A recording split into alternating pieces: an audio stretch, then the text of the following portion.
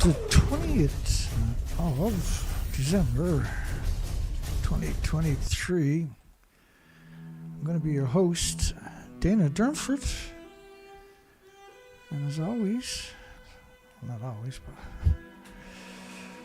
now that we're live streaming again, you can call in at 709-589-4406. 709-589-4406. 4406.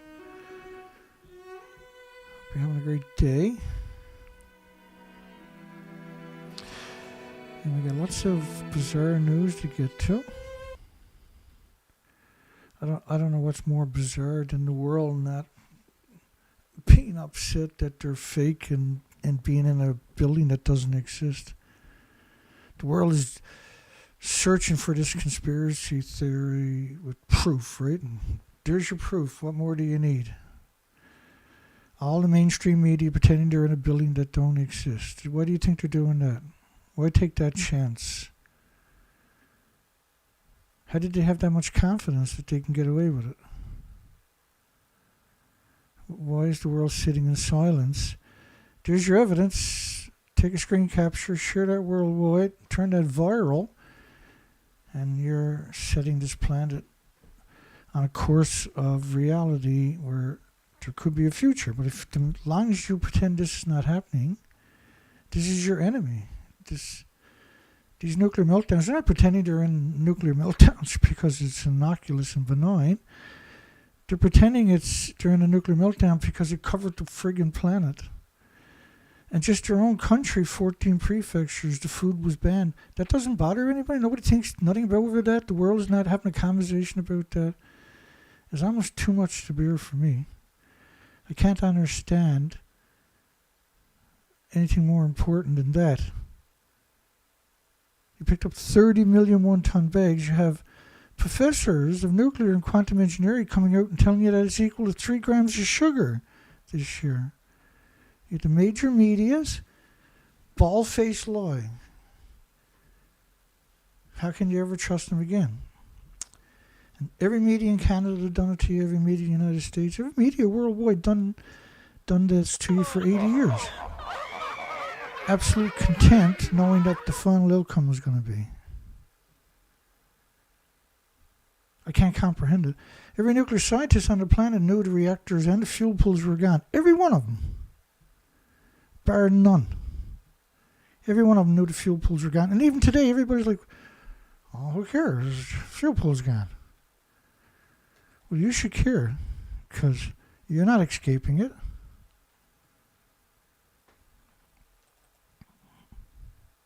And it matters. You could have come up with solutions. 8 billion people on the planet, you have a real good possibility of coming up with a solution.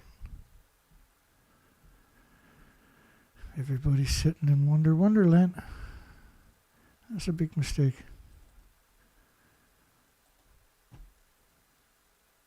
So my show was over last night. I had 12 views on a show I've been doing for a decade. 12 views, but I had 35 likes. How do you get 35 likes but only 12 views? How do you have 83 people on your views but only have 12 views when it's over? And why after 13 hours when my videos are finally uploaded or posted, do my videos get 6 or 10 seconds longer? Exactly 13 hours later. Here's something to think about. This is an incredible scam right here. With 200 lasers in a peppercorn-sized fuel capsule, scientists inch closer to mastering fusion energy. Look at this contraption I got there. This is a contraption. This is not meant to work. Scientists in California, 200 lasers at a cylinder holding. If Master can provide the world with a near limitless source of clean power, there's nothing clean about nuclear. What are you talking about clean? Got any idea how much resources it takes to put these kind of contraptions together for the last 50 years? Now they say they've successfully replicated ignition at least 3 times this year. 3 times. That's impressive, right? Wow. The energy they got back from 150 million degrees temperatures, that they had to build it up to 150 million degrees temperature to cause that ignition. And they said the extra energy was equal to boiling 10 kettles of water. How many kettles of water can you boil at 150 million degrees Celsius? Anybody? Because they'd never ever tell you that, right? Then you say, well, enough energy to boil an extra 10 kettles of water. In other words, they never got fusion. They never got ignition. That's what they're telling you when they tell you that.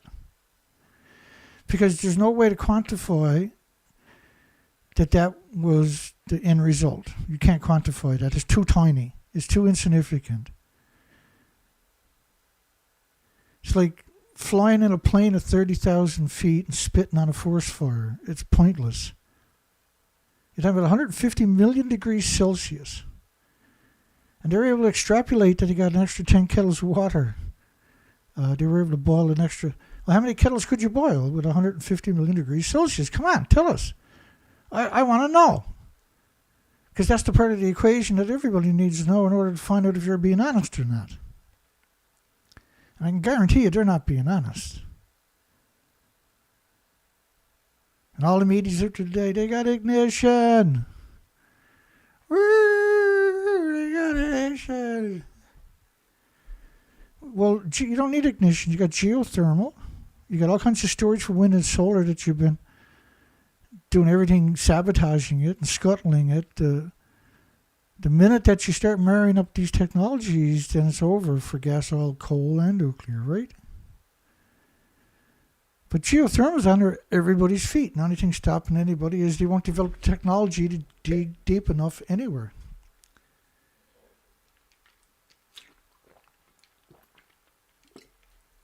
And there's heat pumps. You can use heat pumps. You can buy them right now for 100 feet deep for about $5,000. It'll regulate the temperature in your house in the wintertime to around 65 degrees without no furnace or no electricity. That's pretty impressive. That's at a lousy 100 feet. But you're going to put all this energy, all this effort, all these academics. Imagine taking tens of thousands of the academics to try to come up with this contraption for fusion and putting them to work on geothermal. Do you think you come up with any solutions? Probably not, right? Because they're hoodwinking you and your future and your loved one's future and the species that you're supposed to be the arbiter of.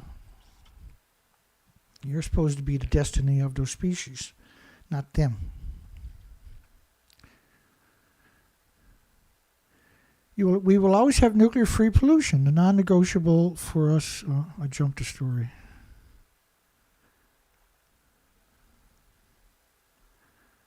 I'll go backwards. They say they replicated ignition at least 3 times this year after making their historic net energy gain last year, which turns out to be a 100% hoax, doesn't it? Because trying to convince me that you used 150 million degrees Celsius temperatures to get to fusion, and the extra energy was equivalent, the animosity equivalent of 10 kettles of water, is not a very good buyback. And there's a lot of smart people who would suggest that was just static electricity or just extra energy from that heat. When you're if you hit 150 million degrees, how much extra water can you boil when you turn it off? A lot more than 10 kettles. And if that's not enough, they're coming after you. You're not allowed to breathe. You're not allowed to fart anymore, or you're the problem, right? Humans may be fueling global warming by breathing. Humans may be fueling global warming by breathing, a new study. There's 4.3 million studies in North America every year. There's an absurd amount on nuclear and redundant at that. And there's an absurd amount that is fake studies in order to manipulate a population that they're trying to coerce. Exhaling human breath can contain small elevated concentrations of methane. Of course it can. was contributing to global warming.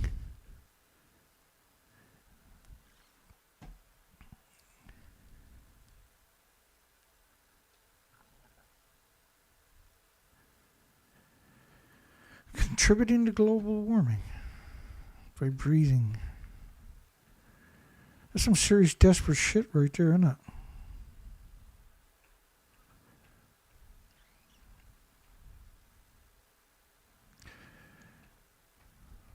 It's hard to comprehend where people's priorities are in the nuclear industry, for instance. We know where their priorities are. They're about denying you any kind of a future by keeping you trapped in this genocide machine, omnicide machine known as nuclear power plants. It's just this incredible, dangerous industry that has destroyed all the species, the ability to survive. Jet streams are also real. They take 3 days. I thought I turned that down. So these plumes that covers the planet, think of a snowstorm covering the entire planet. Now think about doing it for 80 years already. Endless emissions. But think about a single plume can cover the entire planet in about, this one here is 19.5 days. And everything and everybody that breathes this in ultimately has serious health issues because of it. Denigrates their DNA and their genetics and their chromosomes of the insects, the birds, the mammals, the animals. It's a complete assault that you can't perceive or hear or feel or smell or taste or touch. But it's omnipresent all the time. And they're what they're doing it because they know you can't perceive it, and they know that they kept it. They used the banana equations, and potato chips, and walking the sunshine equivalents unfairly and unrationally. That you can't conflate anthropogenic and natural stuff, man-made and natural stuff. But that's what they've done nonstop, to the point where the average person is just, they can't get it.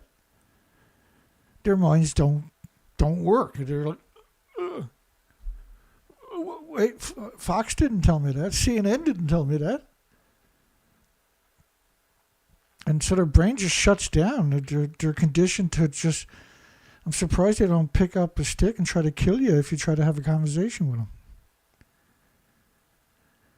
They're so dumbed down that the average person out there reading ability is about equal to an 11-year-old.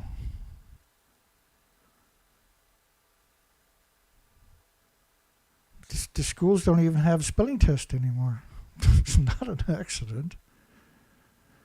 And what they teach people in public schools is completely different from what you get taught in private schools.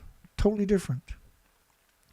Different history, different consciousness, a different critical thinking skills. The study led by Dr. Nicholas Cowan from the UK Centre for Ecology and Hydrology involved 104 adults and found that nitrous oxide was breathed out by every one of them. And 31% exhaled methane. Any idea the cycle of Earth before the human experience, for goodness sakes, was, things decay, methane is released, and that creates the planet. That's what gives us the atmosphere, the biosphere. There's many, many species dependent upon methane out there, and in the ocean above you too. Everything is acclimated to it already through genetic superior selection. That's the cycle of life long before the human experience came along. But when you take anthropogenic man-made radioactive fallout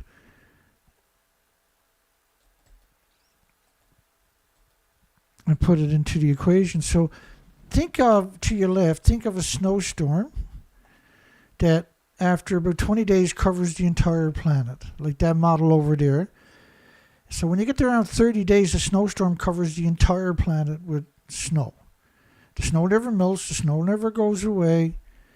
And flip that, and instead of being snow, have just as many flakes, but call it radiation. That each one of the snowflakes, instead of being coal, pulses energy almost at the speed of light every second for millions of years and never goes away. And you never stop creating it. And you have 400 or 500 of them all around the planet producing these plumes. And so they get sucked up in all the plant and animals and ecosystem and biota. And slowly but surely, you destroy the genetics.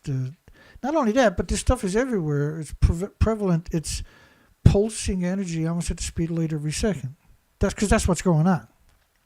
And when it gets in your forest, it destroys your bacteria and your fungus, and they can't soak up water anymore. So you start, and decades later, you start seeing all kinds of flash floods. And because you're not breaking down the foliage and the litter in the forest anymore, because you kill the bacteria and the fungus that creates a habitat for the other species, then that stuff dries out to tinder. And when you get lightning strikes, you have these big flakes that are wafting up and landing thousands of feet away.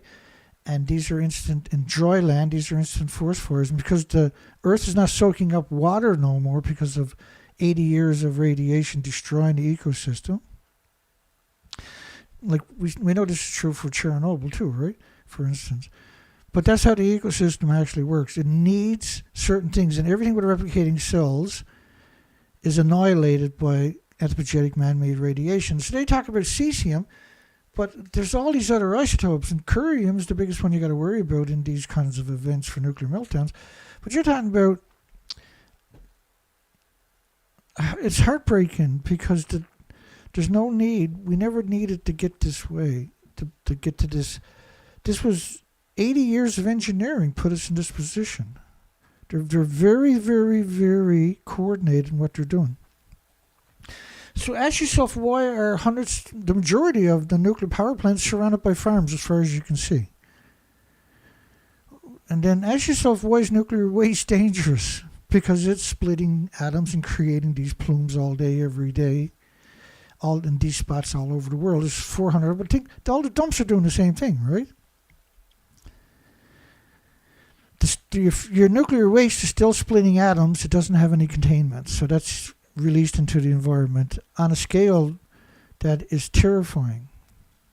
And now we got 80 years punched in. And so we got useful idiots out there telling you that you're the problem and getting all kinds of traction rather than what the real problem actually is. And you're getting poisoned. You're eating food from these farms. Don't think you're not. There's 400 of these types of farms, disease factors surrounded by farms that are hemorrhaging radiation. You don't build gas plants in these areas. You don't build coal plants in these areas. You don't build oil plants in these areas. You only build nuclear plants. And nuclear is the only emission that makes plumes that covers the entire planet.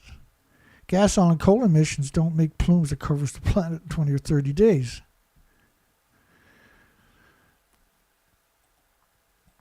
So Dr. Nicholas J. Cowan, he's a chemist too, so he knows what I'm saying is true.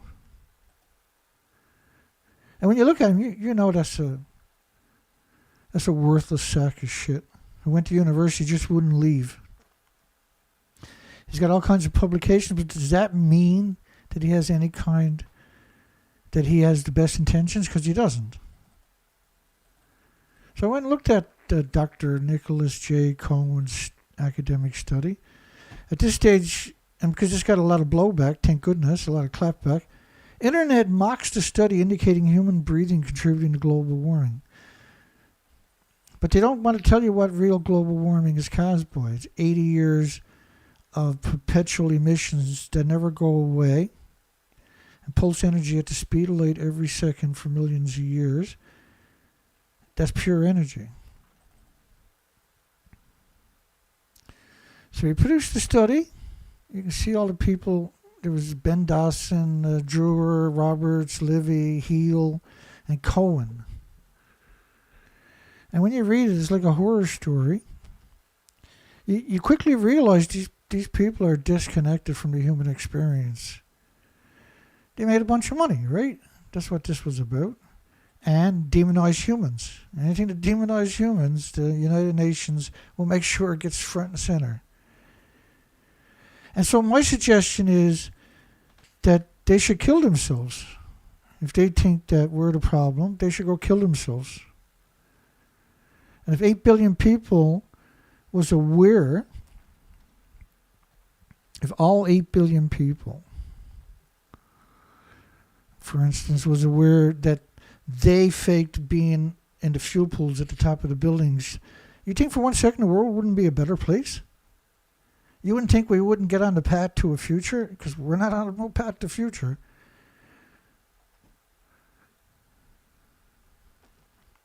80 years of them mocking you. It's not just them, the academics.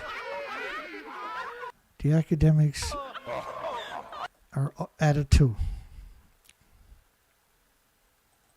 And that they actually published a study, and there's a lot of people out there that bought into it, right? And some didn't.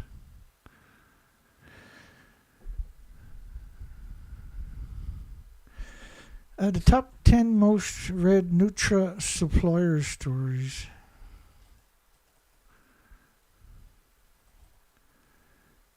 Following the release of the radioactivity contaminated water in Japan's Fukushima region, consumers had also gained an interest in algae-derived omega-3.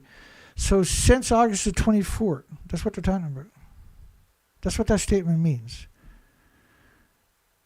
So since August the 24th, people have been a little concerned. That offends me because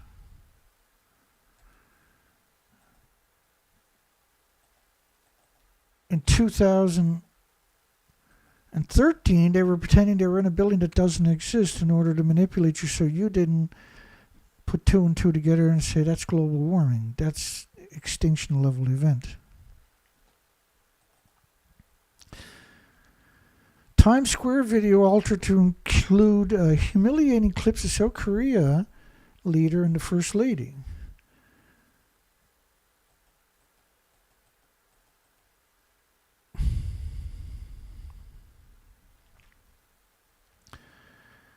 Excuse me, bear with me.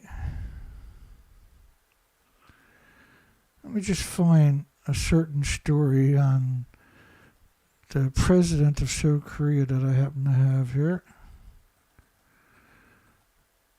I might find it, I might not.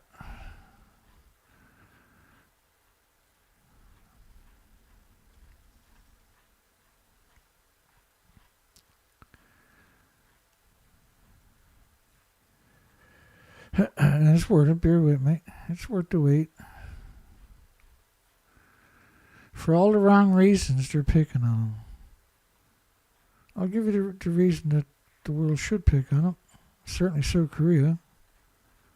Maybe I won't.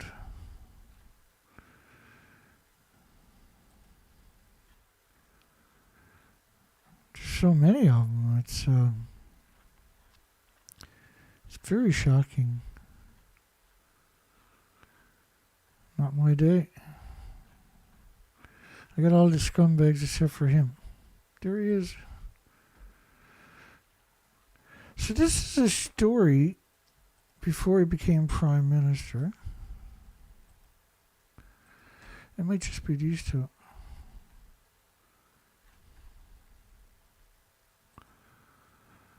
Humiliating clip of South Korea's president.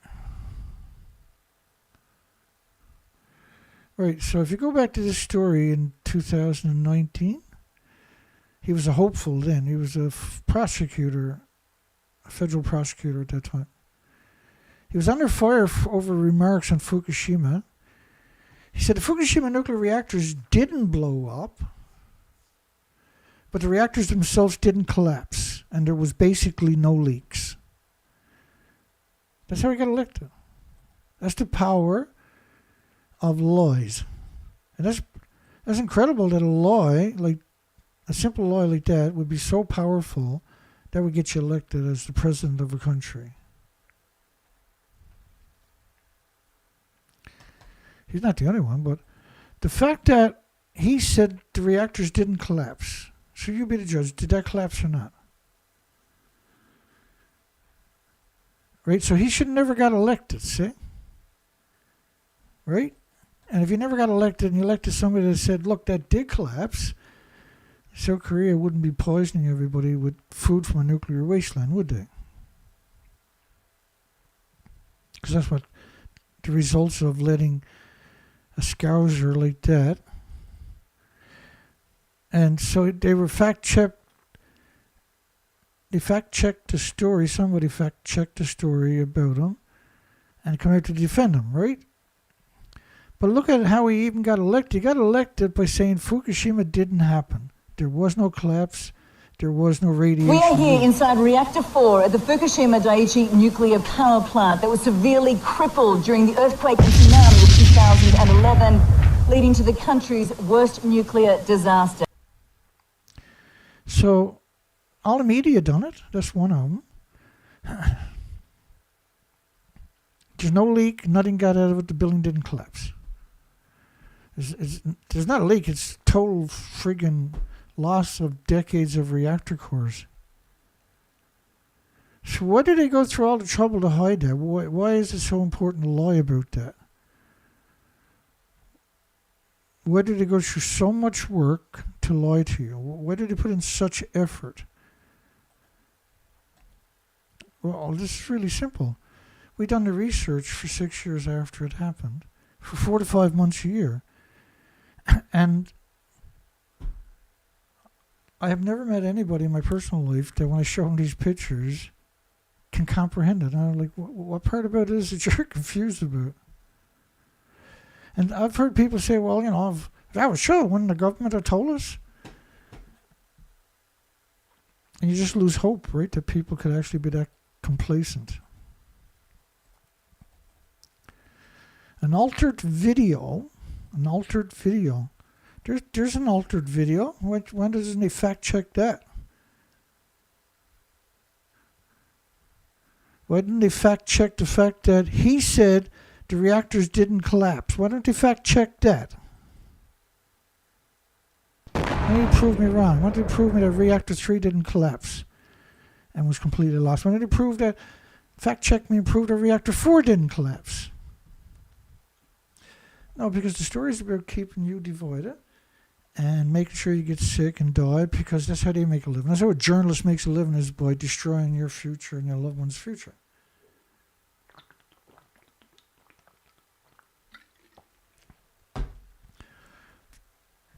My apologies.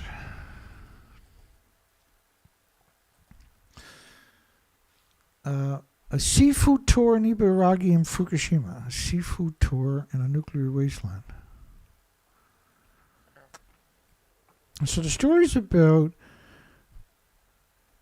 trying to reinforce that everything is good, the food is safe. That's what the story is about. What's the debate in Japan? What's trending? Special episode to enjoy Pacific seafood in the northeast of Japan, where there's multiple nuclear meltdowns. Yeah, let's go there and enjoy the food in the nuclear wasteland. The president of Korea said it didn't collapse, so it must be safe. He wouldn't lie to you.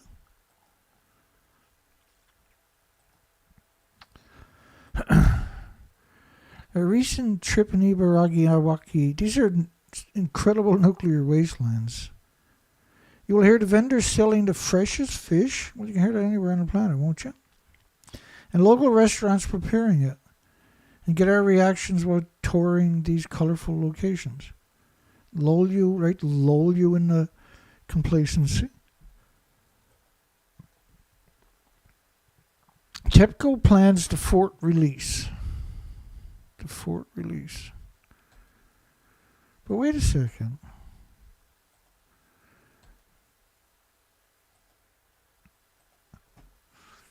The entire building is gone of Reactor 3. That's gone. There's nothing there. The fuel pools and the reactor cores were at the top of the buildings.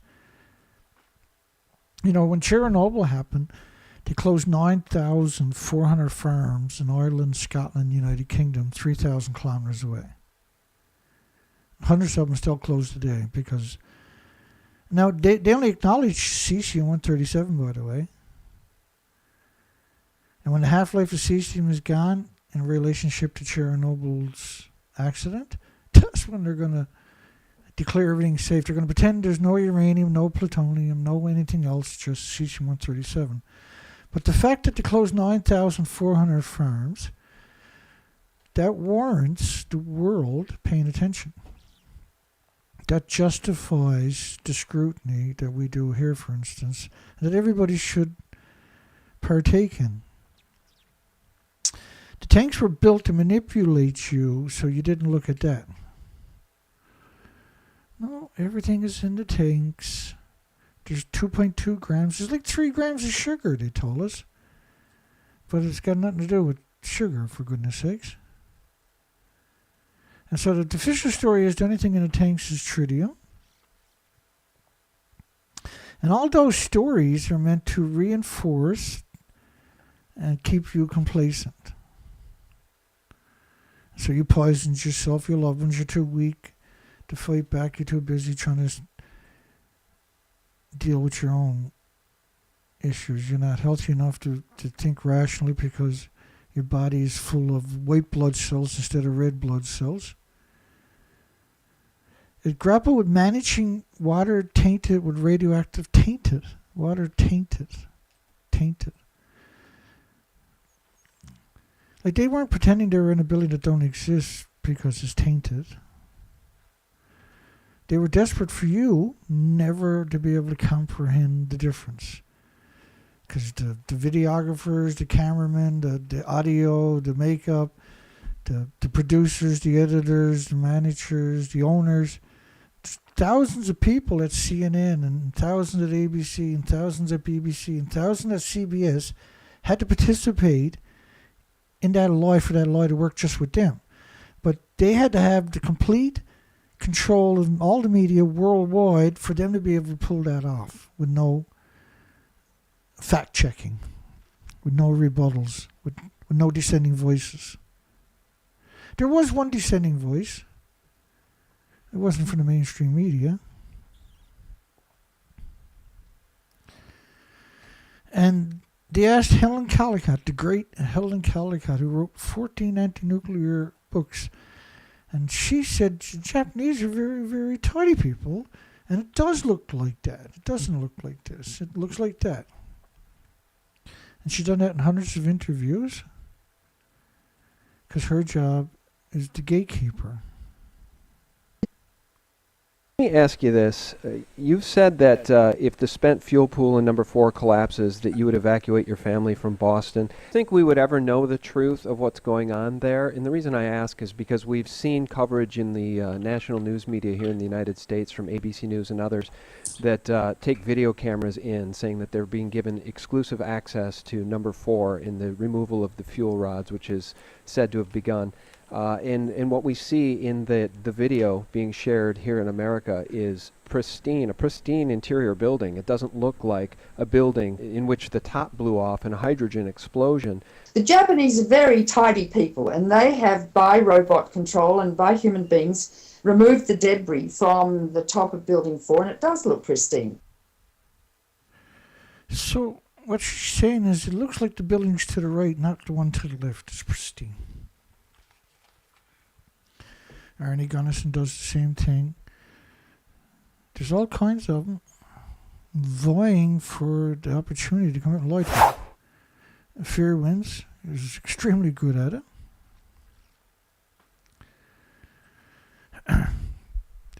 But she knows the difference. She's not naive. And she refers people to Arnie Gunnarsson, who pushes the same narrative. Arnie made the racks for the assemblies for the fuel pools. So for the International Atomic Energy Agency, of course, is the architect of that lie. Because they can't do that without the sanctions from the International Atomic Energy Agency. That's the only way they could have got away with that. And they coordinated with the media to come out and regurgitate the lie. And you can't have a future by sticking your feet up your butt every time you turn on a TV. Foreign Minister Kamikawa visits Fukushima Prefecture. And so they released a picture. It was like 350 by 240. Very grainy. And the idea is because they're not actually there. It's just strictly green screen. And if you work with a camera at all, you would know the difference right away. Even with a grainy picture like that, you would know the difference. They release pictures, not videos. Because if they can't release a video because that's moving, for instance, right? And if there's anything there, you can't have a future without holding them accountable. You got to hold them accountable. The entire nuclear industry is doing this, and they've been doing it for 80 years. And it's ran its course, and it's time for you to run your course. That's from the government's website. And it must have been the first phone with a camera that they took the picture with. No, the whole idea was they don't want you scrutinizing the truth because she's new to the job and they don't want to start off with suspicion, right? Japan's new China envoy vows tenacious effort on Fukushima Road. Now, we actually covered that last night, and look at him. The truth is the last thing he's ever going to utter, and he's got all the microphones, all the media's in front of him, and all he got to do is tell a lie, and then the media will take care of the rest. It's not a very difficult job. You need somebody out there that shakes hands and gets their picture taken, right? That's all that is about. And if you don't believe that guy, then they'll come up with another guy. He arrived in Beijing earlier in the day, said the two Asian neighbors need to work constructively based on science. Based on science. Their science. Their science and the International Atomic Energy Agency science is that the building to the right didn't happen. It looks like the one to the left. That's the official story. 1,500 highly radioactive fuel rods inside this pool. They've got to move them outside of this reactor into a safer location.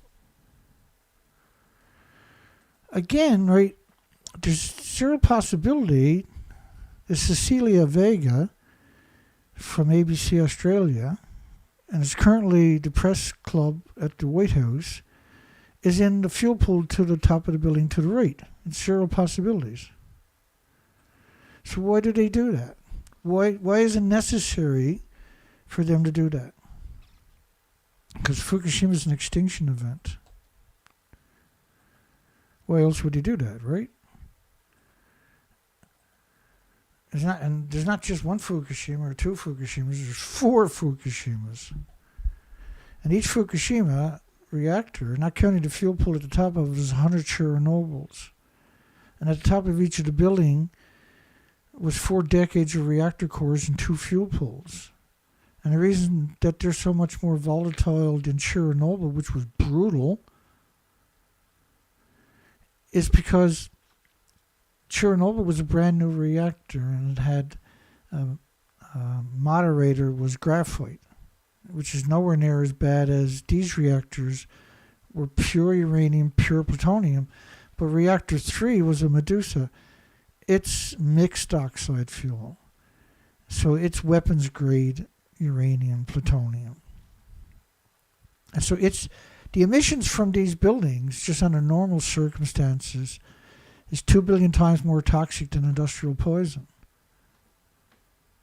So that's why I suspect that you can't even perceive or see or quantify without sophisticated equipment can trigger disastrous immune responses in your body. And these are permanent responses. Japan to test scallop processing in Mexico. The Mexicans are a lot cheaper than the Chinese, probably. And so these are filter feeders. If you want leukemia, that's the best way to get leukemia, is to get anything from a nuclear wasteland. That's a filter feeder, for instance, or anything from the coastlines of Canada, if you can find it anymore, or the United States, if you can find it anymore, because there's almost complete extinction now for tidal zones, the nursery of the oceans, and all oceans are connected, right?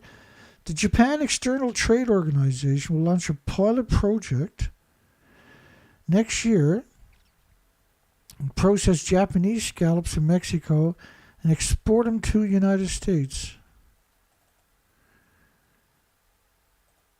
They aim to help expand consumptions of Japanese scallops in the United States because China banned it.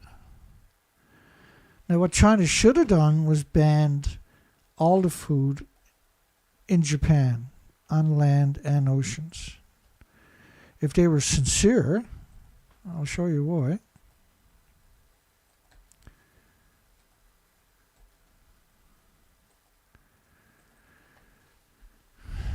First off, there's 30 million one-ton bags, for goodness sakes. Do you know of another accident of anything where you had to pick up 30 million one-ton bags? Think of 30 million one-ton pickup trucks with 2,000 pounds in the back of each one. Think of 30 million one-ton pickup trucks, bumper to bumper, wrapped around the planet 5 times, because that's what we're talking about. Which is only 3% of the land. Some people say it's 60 million one-ton bags. But the food was banned by 14 prefectures by 55 countries. So slowly but surely they replaced people in the country that were in those key positions with the pro-nuclear, and slowly but surely they started to remove the restrictions.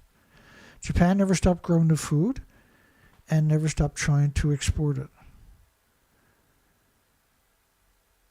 So they pretend they were in buildings that don't exist. They're in buildings that don't exist. The whole country is covered in radioactive fallout on the planet. And they're growing food in the worst of the worst places you can imagine. Right alongside it, 1-ton bags of radiation. How do you get any more twisted and sadistic than that?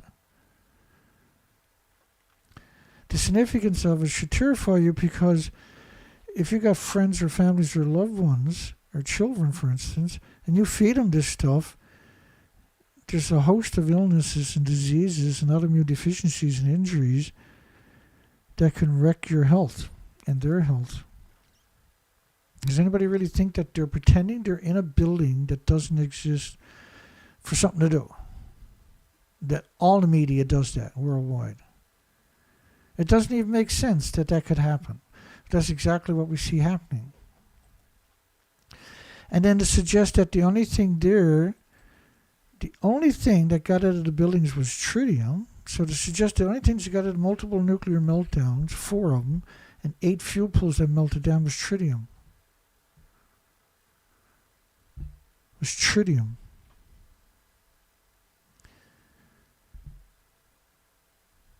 If a scientist said to me, I'm going to spit in their face right away.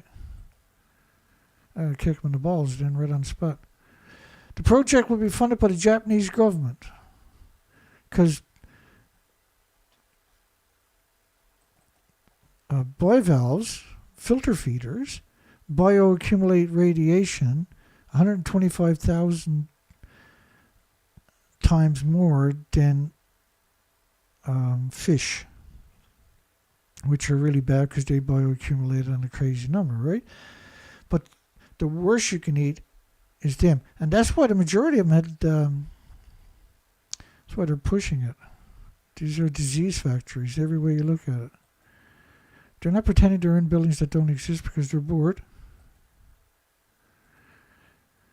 As part of a program aimed at addressing reputational damage. So reputational damage, to say the truth, and there's reputational damage to ask the question, why are they pretending they're in a building that don't exist? Why are they doing that? Where I'm standing is on top of what used to be Reactor building number 4. The whole of this building was blown apart by a huge explosion. We are here inside Reactor 4 at the Fukushima Daiichi nuclear power plant that was severely crippled during the earthquake and tsunami of 2011. Of the decommissioning work taking place here in Reactor 4. At the end of our tour, we were checked for radiation exposure. In 4 hours, I received the equivalent of less than a chest x-ray. 1,500 highly radioactive fuel rods inside this pool. They've got to move them outside of this reactor. So there's zero possibility that they are in the fuel pools. Why are they doing that? Because it's an extinction level event.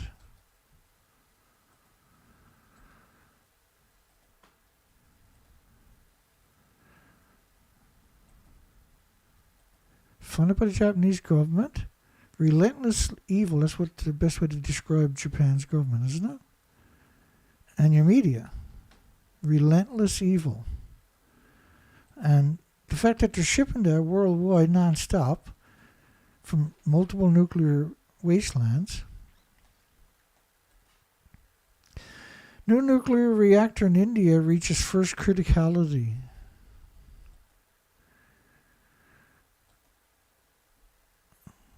Look at the money they spent. Now, you know how bad India is.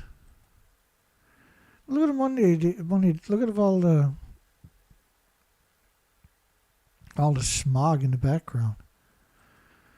So this place has got to be surrounded by farmlands, like everything else in nuclear industry. Construction of the 2 newer units began in 2010, which involved pouring nearly 1.4 million cubic meters of cement. 1.4 million cubic meters. So that's 175,000 of these trucks. 175,000 of those trucks. And 21 tons of structural steel. That's 42 million pounds. And then they got the audacity to just call it carbon free, right? Because that's the UN's who owns this planet, owns the ocean, owns us, owns all the water, owns all the species. We can pretend they don't, but they actually do, don't they? Ukraine's centralized fuel storage facilities fully operational. Centralized Holtec and Energetom, which is the European company that built those reactors, I can't remember, have announced that Ukraine's new centralized spent fuel storage facility is up and running and receiving used nuclear fuel from the country's nuclear power plants. So all the power plants are storing the fuel in pools, and the pools are hemorrhaging radiation nonstop, every one of them. There's just... It's absurd to suggest that this is acceptable. It'll save $200 million a year. Yeah, the only thing left in Ukraine is the nuclear plants. Everything else is almost destroyed now, isn't it? And Zelensky, or whatever that creature actually is,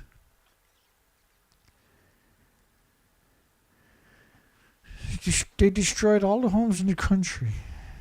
The first thing they done was shipped 1 million people out of there. Call them refugees, right? Canada was selling Girl Guides, were out selling cookies to raise money to give Zelensky so he can buy weapons. And all of them doing it worldwide to buy weapons. And who are they buying it from?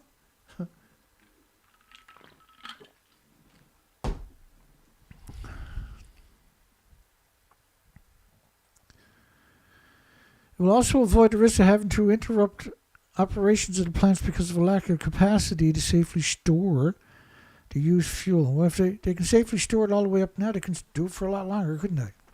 You can't safely store used fuel, by the way. It's still splitting atoms.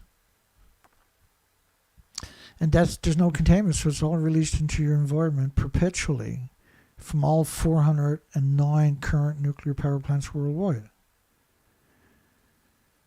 It's an invisible cloak of death that ultimately destroys everything. And now we have reached critical mass in this extinction event that's playing out. And if you don't understand that, I got tons of videos in my playlist. We'll get you up to speed. It is designed to have a total storage capacity of 16,530 used fuel assemblies. Assume the assemblies are at 1,800 pounds. It's 29 million pounds of fuel splitting atoms.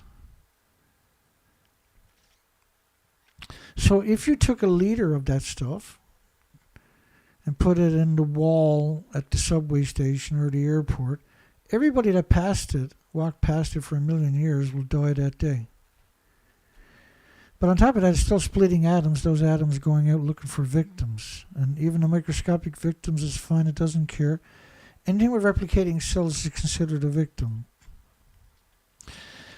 Fewer than a third of Swiss back nuclear power. Fewer than a third, so it actually is around 25%, and that's the people that work there or work for the government, right? And the universities and that they tricked into voting. Fewer than a third of people are in favor of disease factories. But that's not what we've been hearing with the propaganda machine for the last year or so, was it? In fact, we've heard random stories there's going to be a nuclear renaissance there, that they're going to be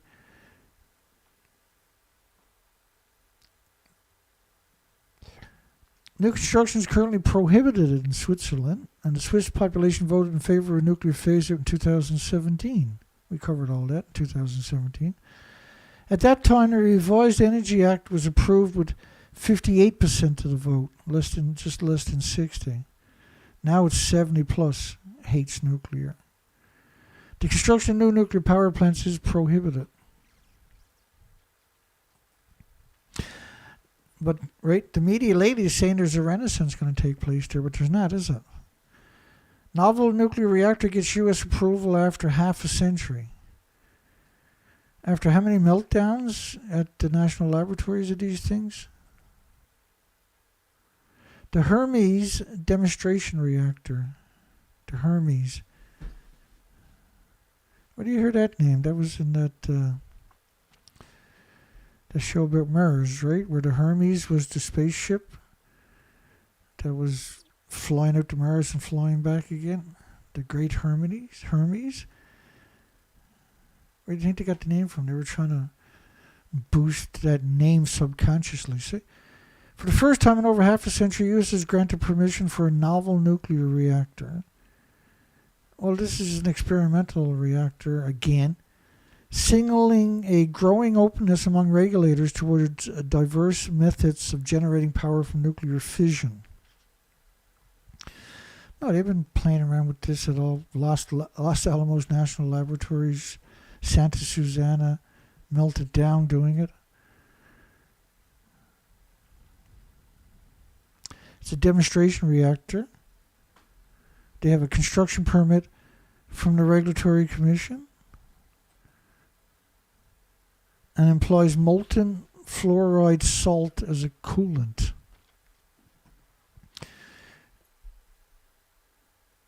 Right, so the nuclear industry produces more studies on nuclear than it does on important stuff.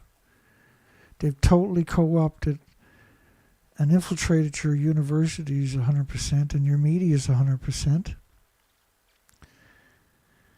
Training, and this was an interesting one, International Atomic Energy Agency, perpetual scum. These are just unbelievable. Rafael Grossi, my God, but like he's pretending the buildings to your left, that didn't happen. So what's the point of the International Atomic Energy Agency? What's the point of these people? I got a better picture, I think.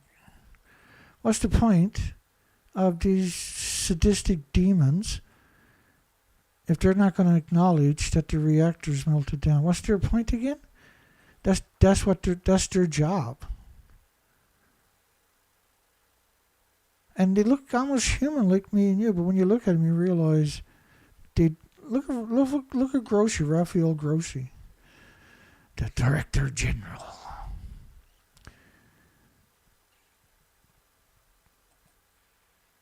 And she's the legalese, I guess she's the lawyer for the International Atomic Energy Agency, sets all kinds of policies.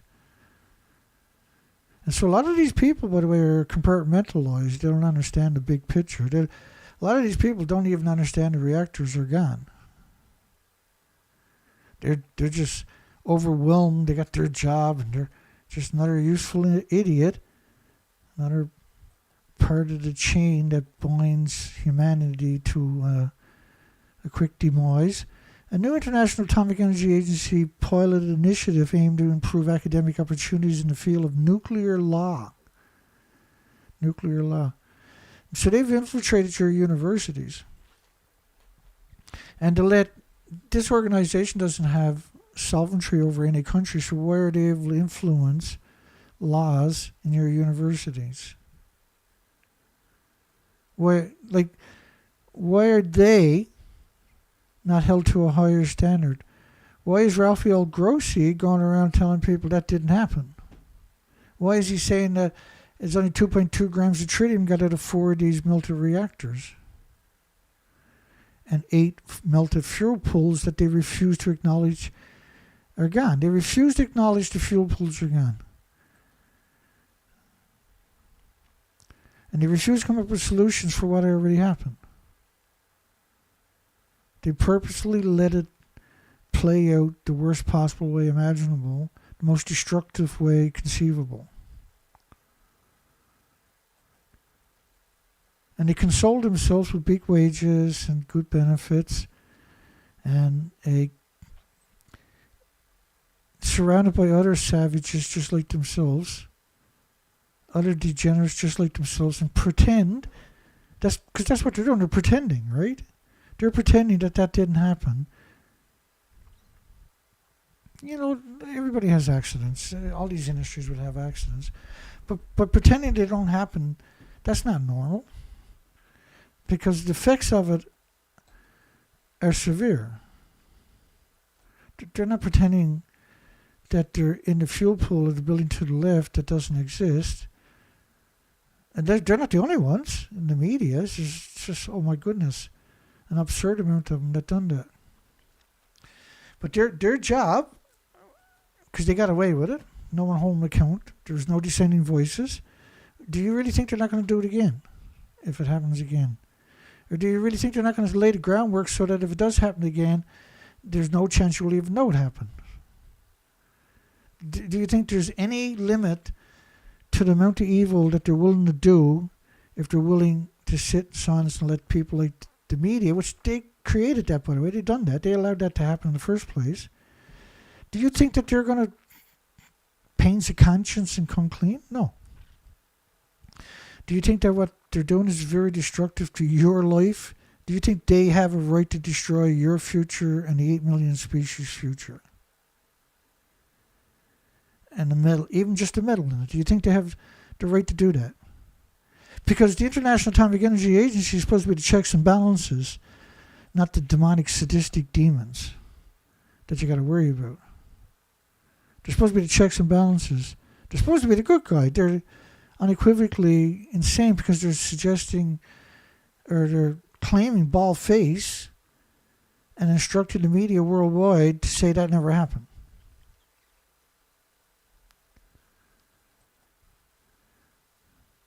Regulators approve a deal to pay for Georgia's Power's new nuclear reactors. These are scandal after scandal, bankruptcies of major corporations, crimes. All the contractors didn't get paid. Thousands of contractors got built out of hard-won contracts. After 15 years of wrangling over who should pay for 2 nuclear reactors in Georgia, who should be accountable for cost overruns, came down to one vote, to a single vote. And what's the chances that person would cut your throat in a heartbeat? 100%. But the Georgia Public Service Commission unanimously approving an additional 6% rate increase to to raise $7.56 billion in the remaining cost.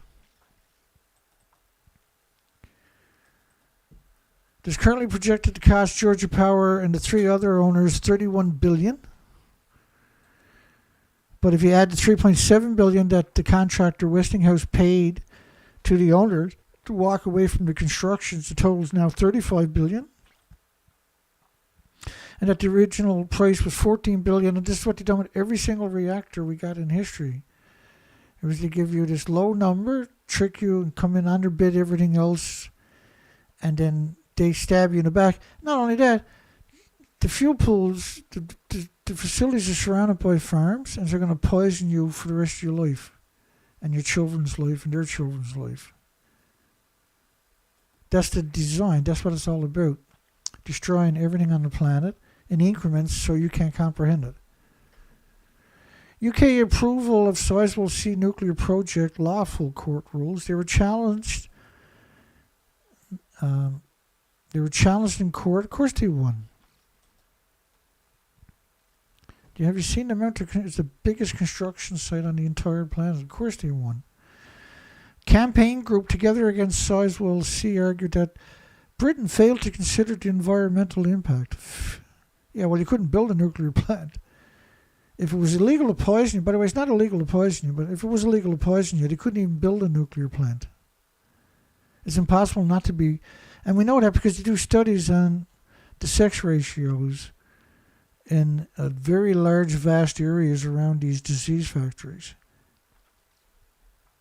What they should be doing is studies on heart problems and liver problems and lung problems and respiratory and pituitary and thyroid and adrenaline. And the list goes on and on and on, right?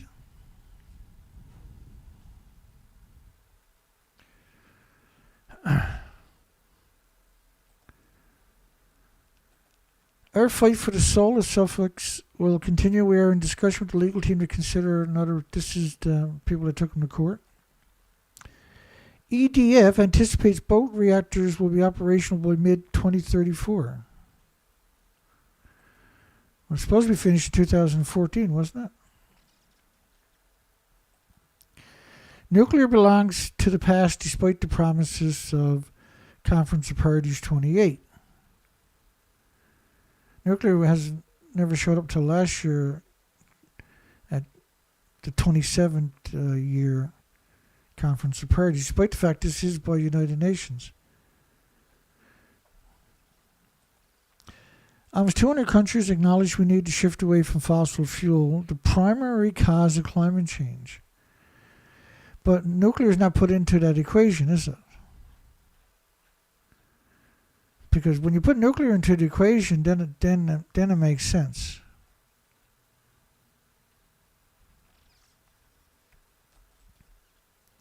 Because gas, oil, and coal emissions don't travel very far from the sites. They're very, very heavy particulates. And they're really good for trees and plants and insects and animals and everything else to be created. You need carbon, right? But nuclear is the only energy that the emissions make plumes that covers the entire planet with particulates and particles and atoms that are harmful to everything with replicating cells. Carbon's not harmful to anything with replicating cells. Replicating cells can't exist without carbon.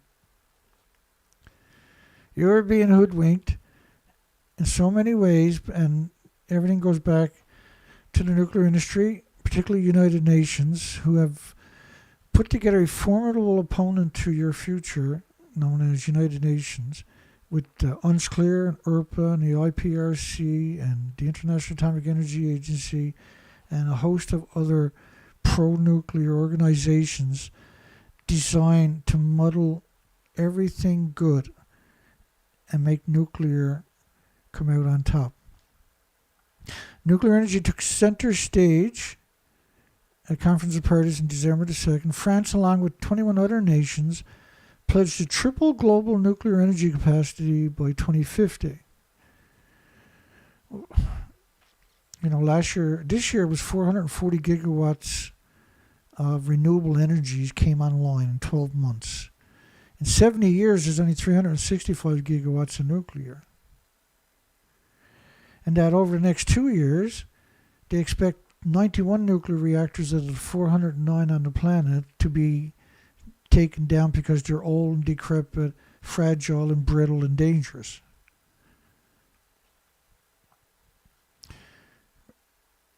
Which is basically 1/4 of the fleet. It takes them enormous amounts of time just to build a reactor. They don't have enough companies doing it. They don't have the manpower to just randomly build other reactors. It takes 6 years to train them proficient to build the reactors. They don't have a supply chain, and that the material used on the site is extraordinary. It has to be the best of the best only. And, you know, like cement, the amount of cement that they use is ridiculous. And that's one of the most resource-intensive things to create is cement. So there's zero possibility. It's just posturing that they're going to have triple nuclear by 2050.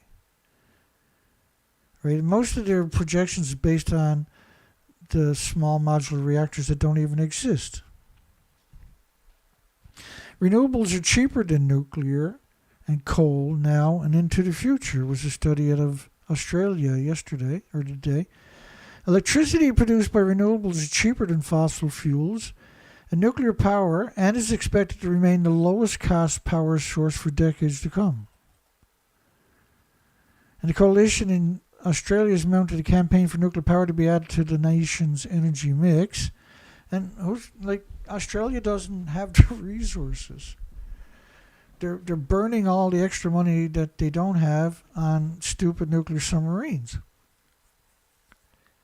It's idiotic. The money they're spending on the submarines is enough to build twice as much as they need in geothermal for the whole country, for instance. And then everybody can have free electricity, literally, for the next hundreds of years. No, let's give it all to a nuclear submarine. Go and play army and soldier boys. Like good, stupid morons. Like real-life morons. Like real-life idiots. The coalition mounted a campaign for nuclear power to be added to the nation's energy mix. Has now included $30 billion of new transmission lines in their estimates and projects to provide backup power when the wind isn't blowing, the sun isn't shining. Why didn't you back that up with geothermal, for goodness sakes? Such as the $12 billion Snowy 2.0 pumped hydro dam. Its findings still show that renewables were cheaper than nuclear, coal, and other fossil fuels. When it added all the stuff that they said they didn't add in, was added in. Nuclear Narnia. Why is Sellafield Europe's most dangerous industrial site? First off, it had a meltdown in 1957. There's 8 million litres a day hemorrhaging into the Atlantic Ocean for 70 plus years. If that doesn't worry you, then, you know, watch a few more of these videos. You'll get up to speed, I'm sure.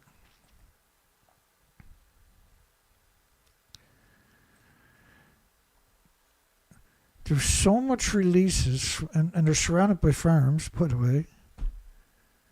It was a mixed oxide production site, and they were taking fuel from different places in the world and releasing the emissions they were releasing when they were producing the mixed oxide fuel contaminated the Arctic, along with their idiot crony in France.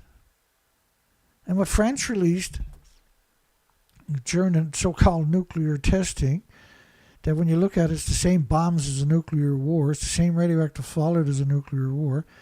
And what they done to the French Polynesian Islands, among others, but just the French Polynesians, was equal to a Hiroshima bomb every week for 12 years, the emissions. And even today, they refuse to acknowledge there could be some adverse side effects. How many administrations later, and still refuses to acknowledge that the people that depend upon him, that have been betrayed on him for so long, there's a disconnect that is not acceptable, is not rational. You know, you got the nuclear industries, the 409 reactors worldwide, for instance. Each one of these nuclear sites will invest huge money in the communities. Absurd money. In boys and girls clubs, and particularly in the children's schools and stuff like that. But the orphanages in Belarus and Ukraine that are full of disfigured and deformed children from Chernobyl's perpetual disease factory and meltdowns don't even have a TV or a radio. They live in absolute squalor. They are abandoned by society. The nuclear industry won't help them. Nothing. And 1% of their donations, if you put it to these victims, it would change their lives in ways inconceivable. But they're so, and they do it on purpose, they're so cruel that generations of that inbreeding, and their children are the cruelest people you'll ever come across, and they're in charge in the nuclear industry currently. The most heartless, soulless, monstrous creatures. They look like humans, but they got nothing to do with what the human is supposed to be. They have no concept of it. Cost update blast nuclear energy energy mix. I think this is Australia, and then you can see the page was froze up. A surge in the cost of small nuclear reactors has forced the National Science Agency. This was NuScale, right? They sucked all these investors in. Only $58 a megawatt or something.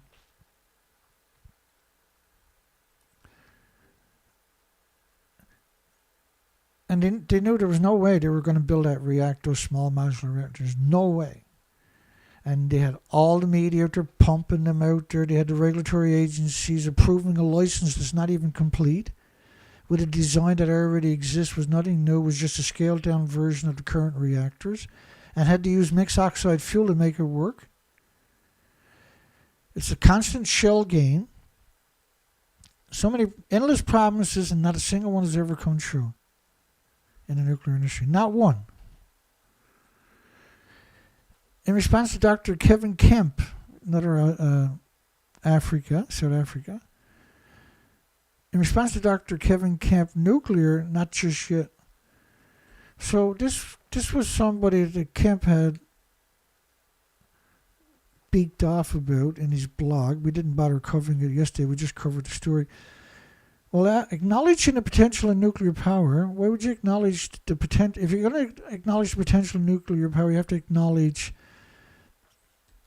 the adverse effects of its fuel pools, because the fuel pools are making plumes from 1,000 fuel pools worldwide every day that are equal to that.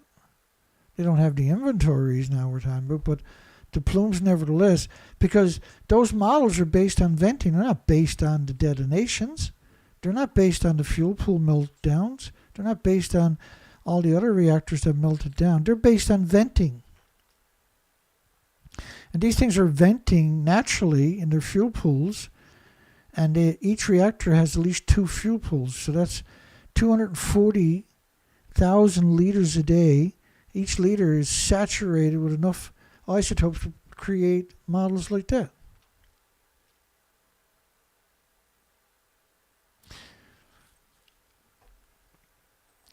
And the only thing that wins is nuclear in the end. Nuclear will still be here floating around, and everything will be gone. In a recent Biz News podcast, we basically only covered just the name yesterday, so to speak. Dr. Kevin Kemp, a notorious, despicable, lying sack of doo-doo, whose perpetual lies have done so much damage to humanity on his own, like Rod Adams, like Michael Schellenberg. accused him of spreading anti-nuclear propaganda.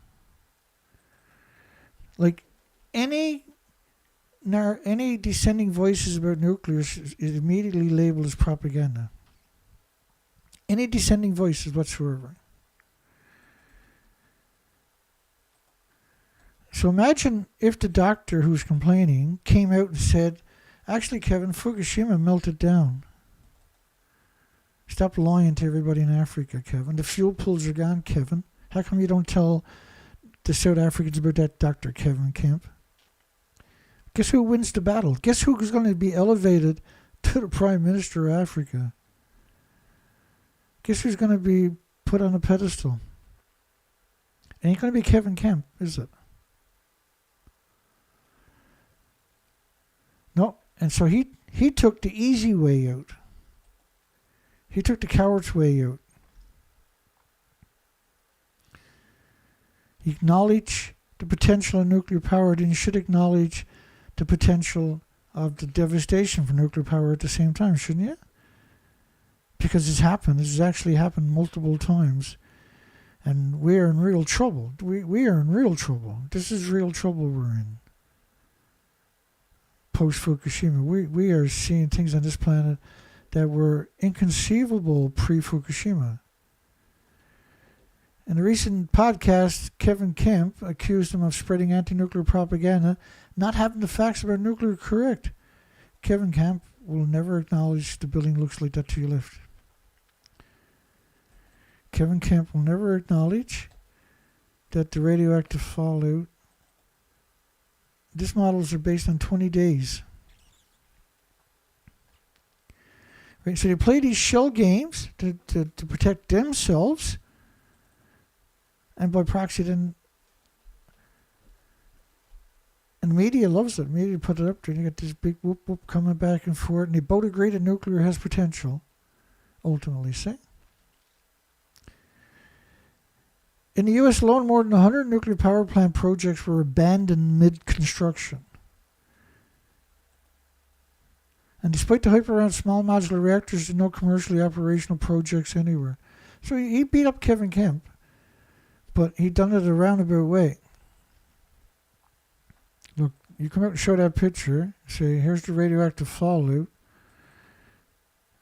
with a big audience, and we start having a conversation, we get this despicable industry on his heels up against the ropes and start kicking the shit out of it, because that's what we got no time to waste instead of playing these shell games. Nuclear war affecting U.S. citizens' health for the last 78 years. And of course, the story doesn't go into any kind of details. They use the same song and dance. The nuclear testing carried out in locations like Mexico, Colorado, Utah resulted in the suffering of thousands of lives. Thousands! Like you're talking hundreds of millions.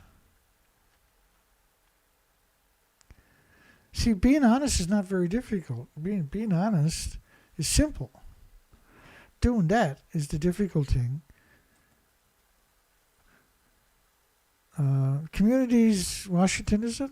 Communities unite to clean up Hanford Nuclear's, help to keep Hanford Nuclear Site cleanup on track. Hanford, in the 50s, dumped 450 billion gallons of radioactive sludge left over from a chain reaction directly into the soil in the pits with no lining or nothing, just straight into the pits. Well, you couldn't use lining because you get a meltdown in the pit, right? But there was such a rush. They're going around making plutonium so they can blow up and contaminate the entire biosphere.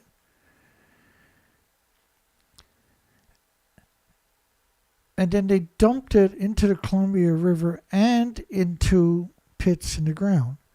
So 450 billion gallons is the equivalent of a 6-foot wide aquarium nuclear waste, 518 feet tall, wrapped around the entire planet and then some. The official story is that everything, all the nuclear waste will fit in a swimming pool. That nuclear's never hurt anybody in the entire history of it. And the list goes on and on. And then every story about nuclear each day is full of propaganda to reinforce the 8 decades of propaganda, of the so-called subtle brainwashing. So no matter who you are, where you are, if you're trying to understand the big picture, you're going to get sucked into this destructive machine that is literally self-sustaining. It's one of the few perpetual things out there is the nuclear propaganda.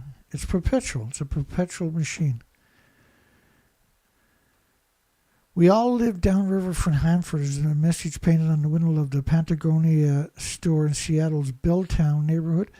It's a reminder of the continuing danger created by the remaining toxic nuclear waste at the Hanford site in Benton County.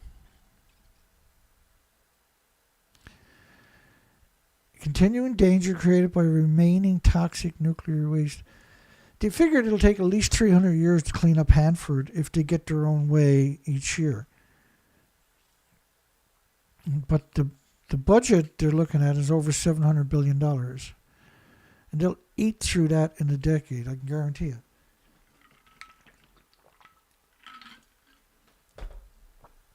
And so you get the same song and dance every time. Advocates with the nonprofit Hanford Challenge painted the mural to remind people everyone will suffer if the waste seeps into the groundwater into the Columbia River. Sure, how could it not be in the Columbia River? They actually admit to dumping it in the Columbia River for the first number of years. Just like they done to the TEPCO River in the former Soviet Union. Like, it's impossible for it not to... Like, there's spots on the Columbia River where they measured 70 sieverts on the shoreline. They couldn't go ashore because it's a lethal dose, right? And for a lot of fishermen just drifting past that, they'll die that day or that week and it'll never be connected to Hanford, will it?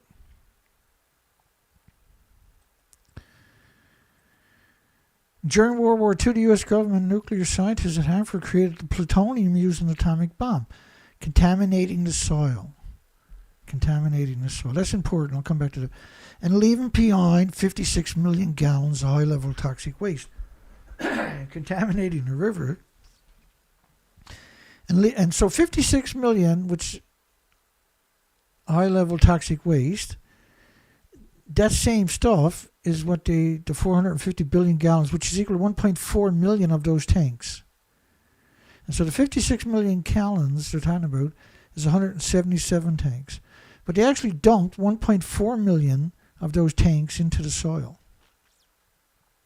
which is equivalent of a 6-foot wide aquarium of nuclear waste, 518 feet tall, wrapped around the planet more than once. That's just from one.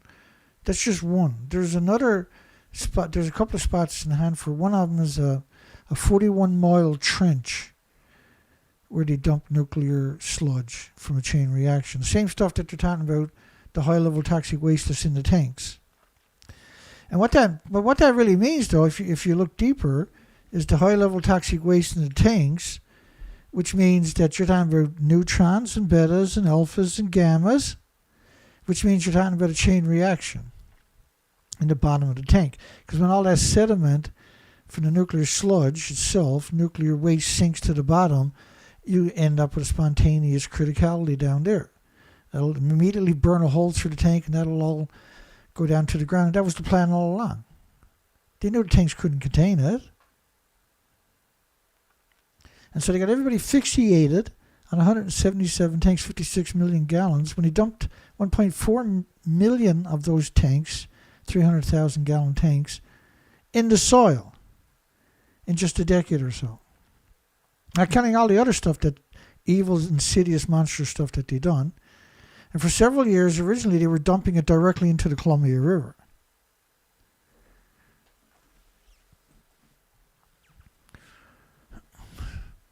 Leaving behind 56 million gallons of high-level toxic waste. And the current plan is to transform the 56 million 177 tanks into a glass-like material. which doesn't make any sense, and I'll tell you why in a moment. Put it in steel tanks and then bury that underground. So back that up for a second. Let's walk that back for 1 second. The current plan is to transform much of the waste into glass-like material. So what they built this facility, I think it's like 18 years, billions and billions of dollars, and it's going to automatically take the high-level waste from the tank, put it in glass. The glass is going to be superheated, and then that glass will solidify, and then they'll have a nice contained chunk, right? Well, they can do the same thing with cement, and they have, and grout, and they do, or steel, and they have done it, right? But see, that's the game is to get you to concentrate on that instead of concentrate on the 1.4 million tanks that they already dumped in the ground, right? That's what it's all about. So the 56 million gallons, where's that to? When they actually dumped 450 billion gallons directly into the soil of the exact same stuff. Now the glass itself that they're talking about, that's just going to break down quicker than steel and cement would. Because it's going to be bombarded with neutrons and betas rays and alphas and gamma shines. And it doesn't matter what it is, steel or cement, or it doesn't matter what it is, it's going to make it fragile and brittle. And so then they're going to put that in steel tanks and bury it underground. Yeah, but what about the 1.4 million stuff, 1.4 million tanks that you already dumped in the soil? Isn't that more important? Because a lot of these tanks are empty because they had a criticality in them. And the tank's drained. It's a total hoodwinking, see? And 90% of the money goes to administration, not to classification or anything like that.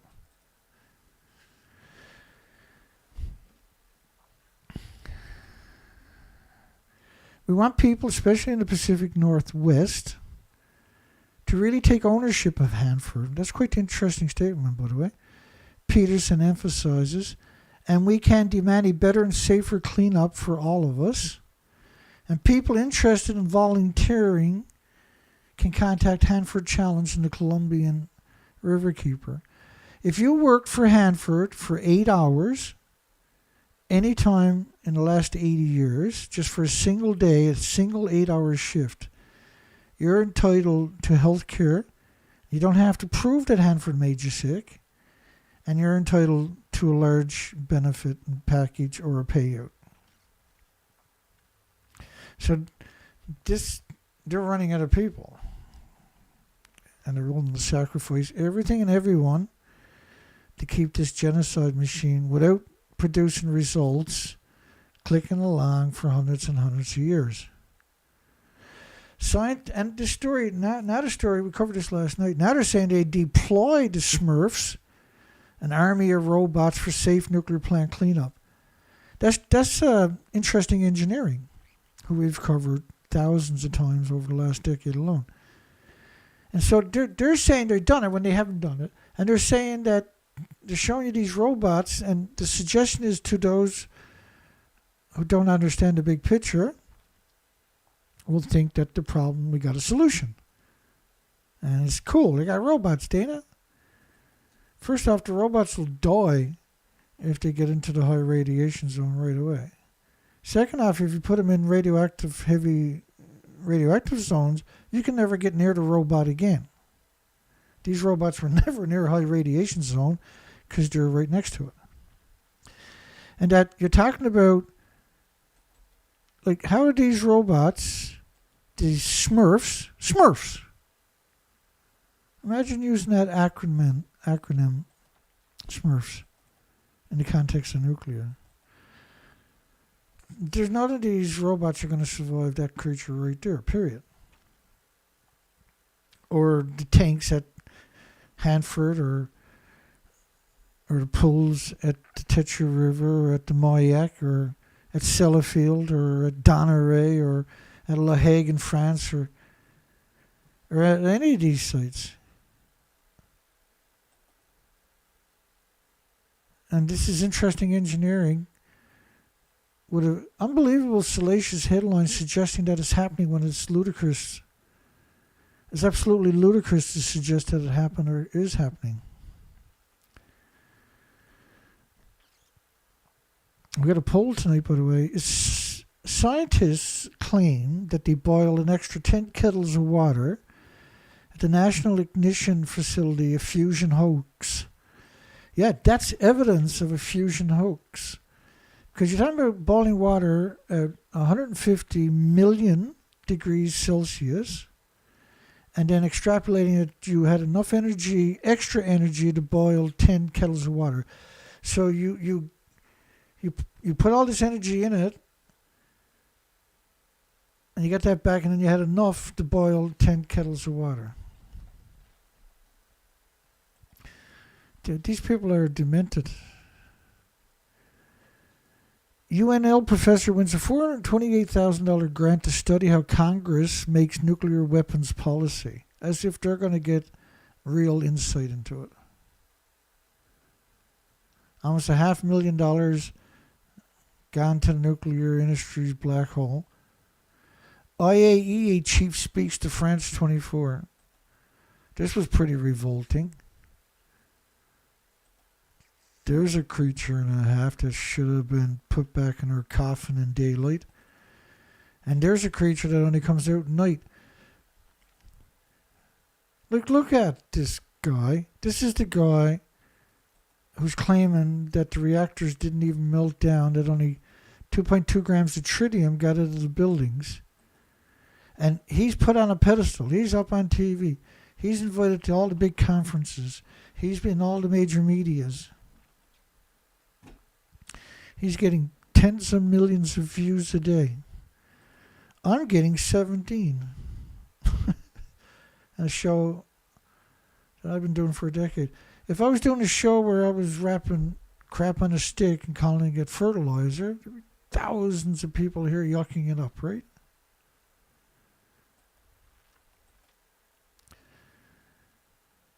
The grant is from the Carnegie Corporation of New York.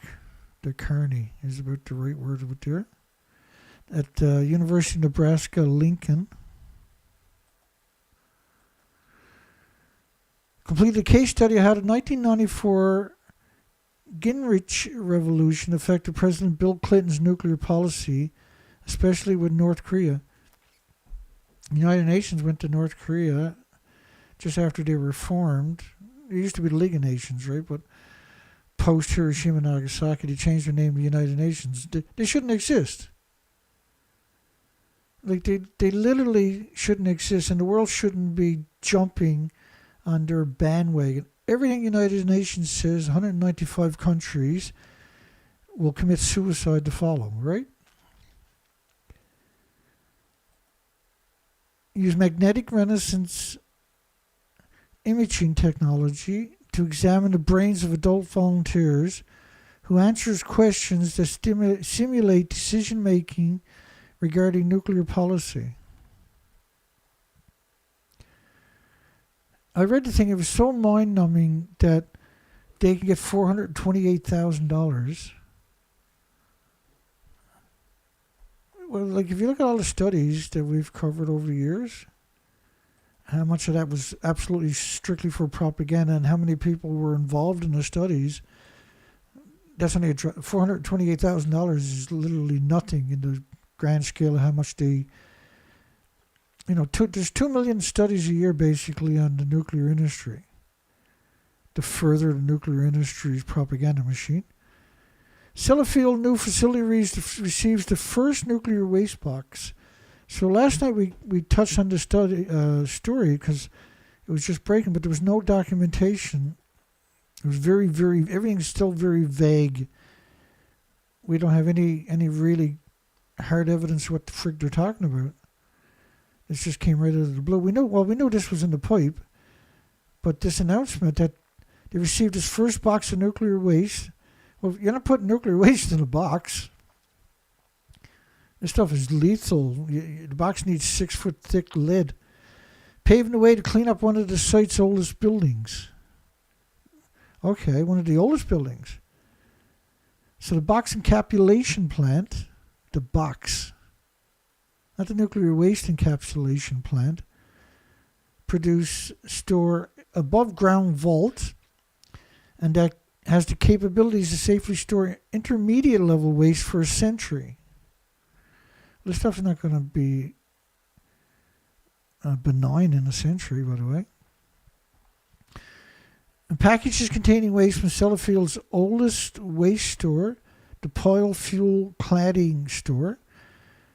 The oldest waste store, Sellafield's oldest waste store, about 3,200 cubic meters intermediate level, was undisturbed for 7 decades. Oh no, this is not intermediate level waste, my goodness. This is fuel rods that are in fuel pools outdoors that have been abandoned for 50 years. Right, we've covered this a number of times over the years. So this is what they're putting in the boxes. These are not boxes. Which maintains 3,200 cubic meters.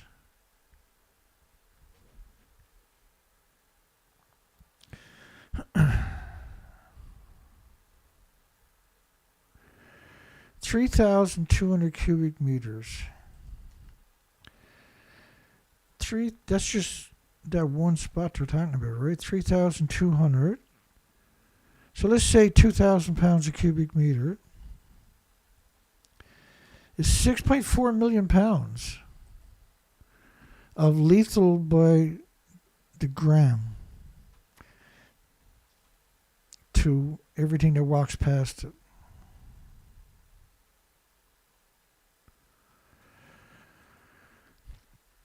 Undisturbed for 7 decades because it's so lethal. And disturbing it because it's in the bottom of these outdoor fuel pools. So it's splitting atoms. This stuff is splitting atoms. There's no containments directly into the environment, and it's surrounded by farms as far as you can see. Like, it's evil on a scale that the average person brain shuts down on. Constructed in the 1950s, PFCS stored the metal fuel casings from UK early nuclear reactors designed as a locked vault with any outlined plan for future emptying. Well, they sealed the vault. That's a technical way of saying they sealed the building and walked away from it. And then there was no one left. There's no records. They lost the records of what's in there, conveniently. They know it's lethal on a whole different level. And that the people that worked at it, they're all dead. That's their official story. There's zero possibilities that they don't know what's in there. Today, and zero possibility they lost the records. Today, it represents one of the highest hazards at the Sellafield site, where there's 1,000 radioactive buildings. Prompting Sellafield and Nuclear Decommissioning Authority, which never decommissioned anything yet, which is a new organization over the last few years, to prioritize the removal and repackaging of its waste, which is going to have to be done inside of glove boxes. And then the glove boxes are not going to give any protection, right? Because you got this big, thick lead glass, but then you're going to put your arms in these gloves and stick them in there. And those people that gets that job don't need any training. They'll train you on the job, and you get to retire early and get sick and die. And you get to pass it on to your loved ones and your children and your friends and your families too. The same diseases. Enormous shield doors installed to maintain a radiation barrier, as holes were carved into the building to allow access. So, like, they built some kind of contraption with doors, and then they cut out a hole. And there ain't nobody going to walk in that. The 5-ton box of waste that they just received, 5 tons, where it was placed beyond a shield door for operators to remotely remove the flask lid, lift out the box, and transfer it to a designated location in the store. Remember, we done a story yesterday where they're or the day before, where they're out to these car races for students and that, trying to trick the students, engineers, into coming and working for them so they can be sacrificed for the nuclear industry. because they won't hire their own kids for that job, I can guarantee you. The new facility at it provides the necessary storage capacity to continue hazard reduction efforts in a secure and safe manner. Like, there's zero possibility you can contain it. Like, what are they talking about? Because the emissions we're talking about are so volatile that once you start the process, if any oxygen gets introduced in there, it's going to detonate. If there's any sparks in there, it's going to detonate. So they're venting it. I can guarantee you. I'm not, just as they've done for the mixed oxide fuel production. Everything is vented. And in the old days, you used to vent it deep into the ground. And that turned out to be an absolute idiot move.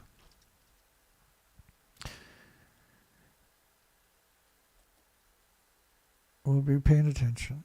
Mollis from Polar Expedition reveals new details about the ocean. So Mollis from the Polar Expedition, where they done deep cores, and then they're playing this shell game again. The bomb from some of the emissions they're talking about was the taser bomba is the most powerful nuclear weapon ever detonated that we know about. It was equal to 3,800 Nagasaki, which was a plutonium bomb. It was equal to 3,800 of them. 3,800 of those weapons going off at the one time. Isn't that a nuclear war? If Russia and Ukraine fires 1,900 Nagasaki bombs, is that a nuclear war? So how is detonating 3,800 anywhere on the planet not a nuclear war? Because it's the same radioactive fallout. It's the same bomb as a nuclear war. Just because you didn't blow up the city don't mean you didn't do catastrophic genetic and cellular damage, DNA damage to all the species. That's a nuclear war. And because the emissions never go away, all the dumping, the emissions from that never go away, never stops emitting, never stops splitting atoms, the emissions. From all the fuel pools worldwide, there's over 1,000 fuel pools hemorrhaging radiation into the environment 24 hours a day. And like on numbers that are frightening and that are not tenable.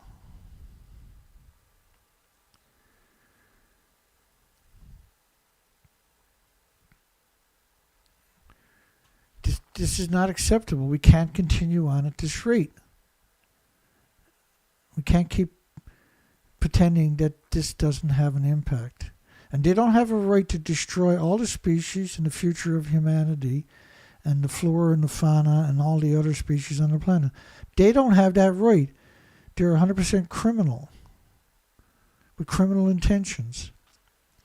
2 years later, in 1963, the nuclear powers agreed to cease atmospheric nuclear testing, and the tests were moved underground. Well, the problem with the underground test was that it would split the Earth wide open and vent into the environment.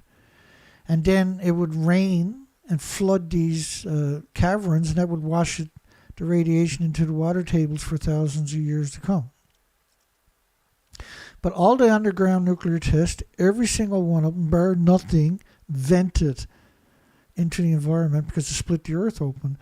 And in fact, some of these underground nuclear tests where they took, they had like big caverns, big pipes, and this is where they laid the bomb, go down through these big pipes deep into the caverns, right?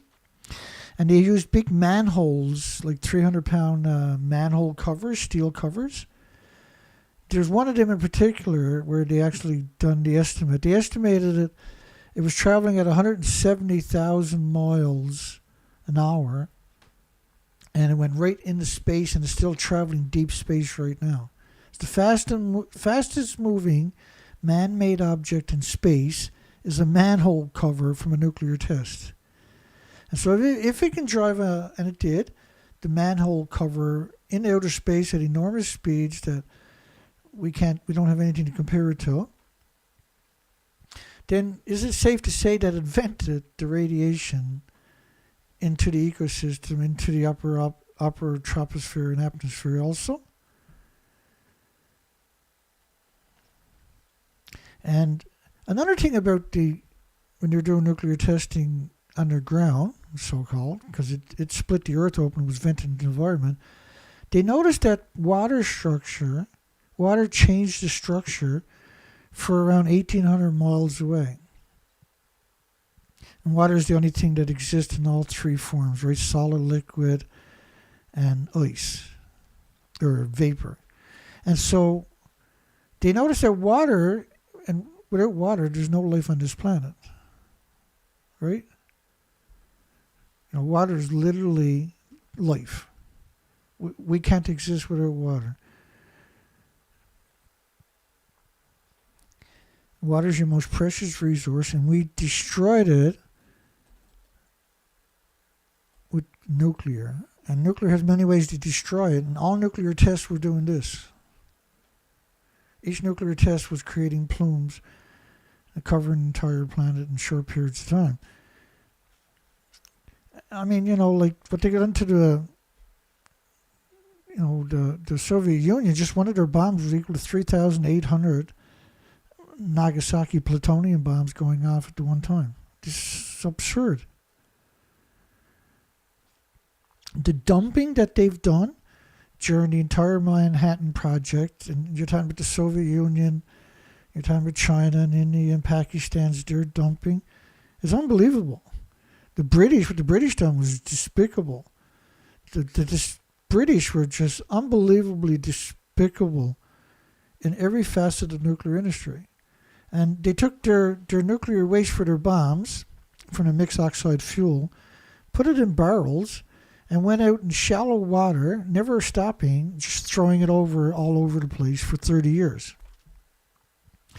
What they done to the French Polynesian, Christmas Island, it's disturbing. They went to Australia, and they waited for the winds to blow across Australia before they tested their nuclear weapons. They didn't want to test their nuclear weapons in their own country. They went to Australia, an actual paradise. And the nuclear industry has blown up all the tropical paradises in the oceans. Think about that. You know, the Marshall Islands is still 1 million square kilometers. Is too radioactive to be habitable. That was a study from 2019. Let me see if I can find it for you.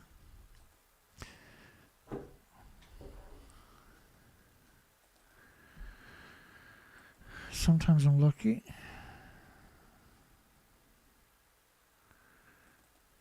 There we go. Luck would have it. So you can look up the study, the Marshall Islands, extending over 1 million square kilometers and severely impacted the habitability of the affected atolls. 1 million square kilometers. That was 2019. The nuclear, so-called nuclear testing is a nuclear war. That's a nuclear war. After almost 20 years of detonations from the first in 1945 until the treaty in 1963, France didn't stop until the 90s, for goodness sakes. The chemistry of the oceans has changed. It changed over the last for thousands of years.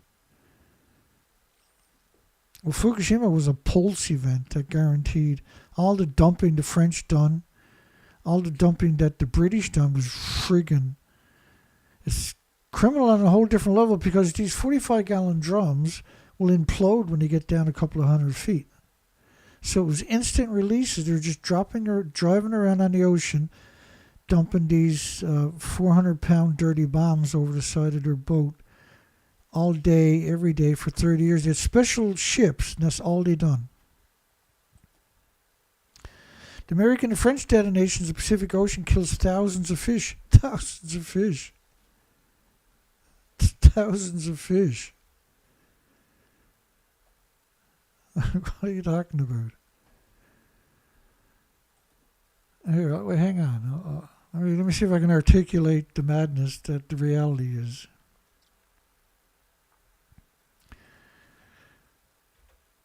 Maybe I can't. Maybe I can. Who knows? Luck would have it. Here comes another rabbit out of the hat. So Indian Point, how nuclear... This is just one plant. All nuclear power plants have these same attributes. One of the Indian Point's reactors, meanwhile, sits atop a fault line. The aging plants have a devastating impact on surrounding fish populations. Environmental analysts in the two states, New York and New Jersey, have found the facilities killed more than 17 billion fish each year. Fish, big fish. 17 billion. In New York and another 9 billion in New Jersey. And at the National Marine Fisheries Service has found that the once-through cooling systems are vacuuming up trillions of newly hatched fish and destroying them. This is different ways it kills fish, a single site. Vacuum up trillions of newly hatched fish and destroying them in the heat exchangers. And there's strong evidence that the decline in the fish stocks along the entire northeast Atlantic seaboard, the entire seaboard, is due more to the destruction of baby fish than overfishing of adults by the commercial population. The Indian Point plant on the Hudson River also sucks in 2.5 billion gallons of water daily. If it's unsalt water, each glass of water has 1 billion creatures. And 75 to 100 million of them are the phytoplankton, the basis of the food chain, the oxygen chain, the carbon sequestering chain. They also kill about 2 billion juvenile mature fish a year in the screens and in the thermal plume. And at the NRC, the Nuclear Regulatory Commission, estimated more than 300 billion baby fish are killed each year when they're sucked into the 40-foot wide intake pipes. So when you see the media out there saying that it kills thousands of fish over extended periods of times, you got to remember the bigger picture. And it's ludicrous to suggest that the nuclear weapons were only killing thousands. And the depleted biodiversity in the area will know an entire biosphere. Because radio fallout is the only pollution that covers the entire planet in short order. And it does it through the airborne disposition, the airborne radioactive fallout.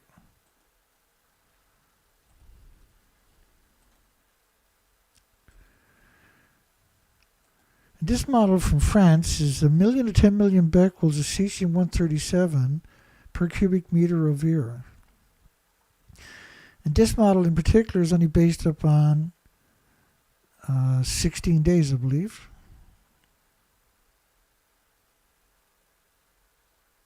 No, this one is based on 31 days. Or 21 days, rather.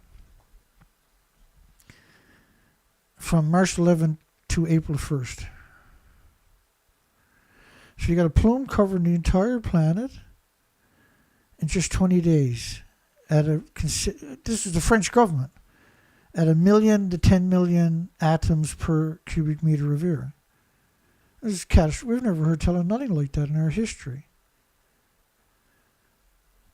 There's no simulations this is a terrorist could do that, because the biggest terrorist is the nuclear industry. And the nuclear test created a massive amount of radioactive carbon-14 in the atmosphere. It was slowly absorbed into the oceans, and the plants, and your fields, and your trees, and yourselves. It's not carbon-14 you got to worry about. Thousands of years for the ocean can do the same. Researchers drill ice cores out of the ice sheet to study the climate of the past. They use cores from the ocean seabed, and different layers in the cores are full of microfossils and organic material that can reveal what the oceans were like in the past. Well, if like pre-nuclear industry, there was about 100 kilograms of tritium in the oceans. But the man-made tritium, 3H, just in the first decade was something like 1,500 kilograms for Sellafield, produced and released into the environment, and similar for La France's La Hague site, reprocessing facility. A glove box fire closed part of Los Alamos National Laboratory plutonium facility in November. Gee, why didn't we hear about that before? A sealed compartment with safety gloves attached caught fire. You won't believe what. At Los Alamos National Laboratory, which is built on one of the biggest aquifers in that part of the country, they spent like $50 million trying to clean up the aquifer. How do you clean up an aquifer again? Oh, that's right, you can't. Resulting in officials shutting down a portion of the site's plutonium facility for 10 days. Then he found some more transients and sent them in there. According to the labs and the government watchdogs report. Yeah, like a watchdog is going to be allowed to be effective in that industry. Employees were pulverizing 40-year-old legacy material that were removed from the facility to create more storage. Well, most of the stuff, the legacy waste at that site goes where? It goes to the Waste Isolation Project in New Mexico, right? And Workspace, when he saw a flash and then a fire inside one of the glove boxes they were using for the task. Like, it's hard to comprehend. So rather than store it in the form that it is, they were pulverizing it. Which means you're going to release some serious particulates that you can't vent. You can't filter it, so you have to vent.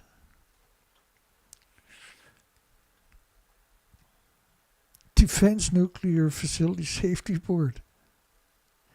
Can you imagine what a group of monsters they actually are? They deactivated the equipment. They turned off the power or something. They sounded alarms and promptly left the room. They and other facility workers evacuated the building, running and screaming. And then the Los Alamos County Fire Department responded. Really? You're going to send firefighters into a nuclear wasteland? And flush it all into the streams and the rivers and the estuaries with their hoses, right? If it had got out of control, that's what they would have done. Because they don't know what to do with this stuff. They're not academics. There should be a special team, not the local county fire department, for goodness sakes. There was no evidence of anyone being contaminated or breathing in any radioactive toxins in the incident, right? Okay. You wouldn't lie to us, would they? Fukushima says that never happened. I don't know what to believe anymore. Should I believe Los Alamos National Laboratory just because they said something?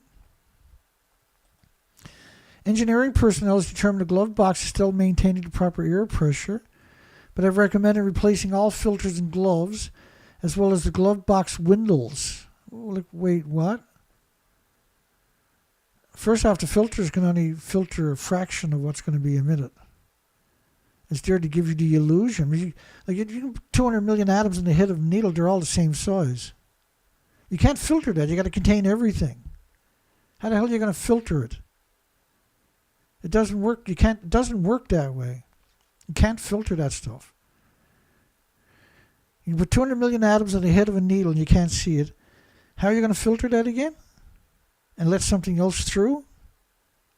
Because there's nothing else smaller than them. They're atoms. You can't filter atoms. Right? There was one of the experiments they tried was to take all the emissions from these rooms and compress it into a cascade tank, a high pressure 5,500 psi cascade tank. These are the tall, skinny tanks, right? But they would end up with a relentless amount of tanks, and they would become a liability within 20 or 30 years. So they couldn't do that. And who's going to double check them? Who's the checks and balances? Their own children, usually. Replacing all filters and gloves, as well as the glove box windows closest to the event. So you got this window like 4 feet thick or 2 feet thick lead glass. But then you're going to put your arms in these thin gloves and stick it in there. And the window's going to protect you, but what's going to protect your arms? Nothing's protecting your arms. And how much blood is circulating through your arms again? Another glove box incident occurred a week after the fire. While preparing the packaged material, a worker lost control of a container inside the glove box, causing it to slam against the window. It cracked the inner safety glass and shattered the outer lead glass window used as radiation shielding. Yeah, the glass is used as shielding, but there's nothing to shield your arms. Your rubber gloves can't shield you from neutron bombardment and X-rays and beta rays and gamma shines. Nasal swabs indicated the worker might have inhaled airborne contaminants, but they got bombarded with neutron bombardment that the nasal swabs can't pick up. And the beta rays and the gamma shines can't pick up. You can't pick that up with a nasal swab. So the employees was given an examination known as a bioassay, the report said. And they also said there's no standard response for a glove box window breach. There's no standard response because it's not supposed to happen. And they don't care anyway. That's just part of doing business for them guys. It ain't going to be them in the glove box. I can guarantee you that. They're in the office and they're monitoring it from 5 miles away. You couldn't drag them in that room kicking and screaming if you were ordered to. They also said there's no standard response for a glove box window breach. Well, the standard response should be able to run like you never ran before, shouldn't it? You should run out the door and press the button and seal that whole room off. That should be just like a common sense, wouldn't it? Something. Both the fire and the broken window are unusual glove box mishaps. Most breaches involve puncturing or a torn glove. Puncturing a glove or getting a torn glove. One and the same in many ways, isn't it? But your gloves can't shield you. The lead glass can kind of shield you. But once you put your arms in there, you're being radiated. If I just radiate your finger, you're still getting irradiated. If you irradiate both of your arms, yeah, you ain't collecting no pensions. The incidents have become more frequent in recent years as the lab geared up to produce 30 plutonium cores. And these are the worst of the worst that humanity has to offer these people that are running these shows. Not the victims they send into the glove boxes, but the actual people. With 200 lasers and a peppercorn-sized fuel capsule, scientists inch closer to mastering fusion energy. So this big, impressive-looking contraption that is pointless, that doesn't actually work, and said that they got enough energy to boil 10 kettles of water, excess energy. So, and they repeated it 3 times, did they? How do you take 150 million degree Celsius temperatures and extrapolate that there was enough extra energy to boil 10 kettles of water? Do you know how much energy it takes to boil 10 kettles of water?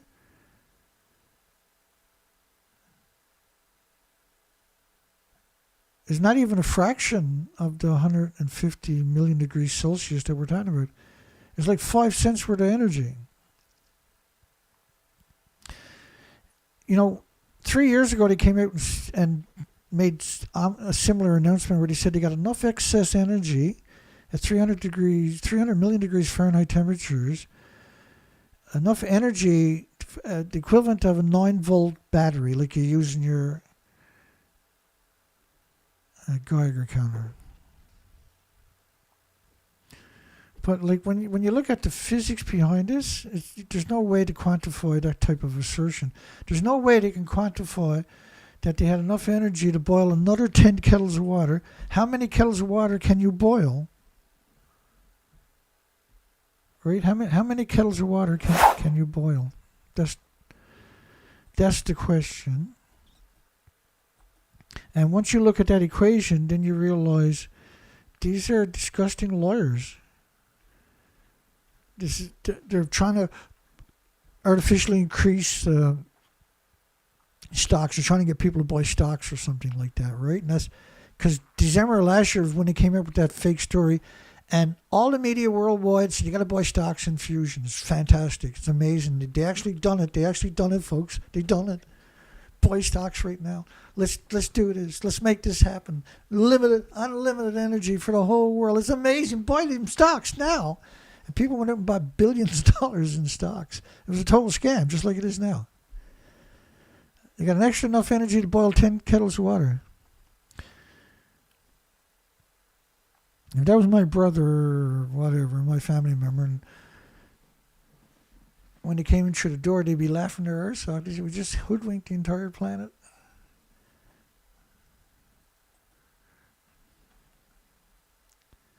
because they couldn't help but tell the truth. See? They're filthy scum. That's what we see from the nuclear industry. Despicable, disgusting, filthy scum. And they're only good at one thing, is being scumbags. They're exceptional at it. That's the end of the show. And a dismal 26 votes. The scientists claim they boiled an extra 10 kettles of water at the National Ignition Facility of Fusion Hoax. Yeah, it is, Dana. 100% of our poll agreed. It's an unbelievable, despicable fusion hoax. How did we do tonight? A lot of interesting stories tonight, eh? It's insanity. And shout out James Lucid, donated 150 last night. James, thank you. I got the truck up, got the truck fixed today. Yay. What a relief. I'm exhausted from just the stress. We still got another show out tonight. We're still struggling, but we're still keeping our heads slightly above the water. And as long as we can come out and kick the shit out of the nuclear industry, it's a great day. This is a great day. Every day that we come out, curb stomp the disgusting, maniacal, sadistic nuclear industry is a good day. And I'm not going to feel guilty for breathing air. And I think it's outrageous that they got money to produce a study to demonize us for breathing. They should all take their own lives and do the world a favor. They're the problem, not you. They're the problem, not me. I disrespect them for doing that. They're the lowest form of life. I wonder who their scumbag families are to have children that sadistic and twisted.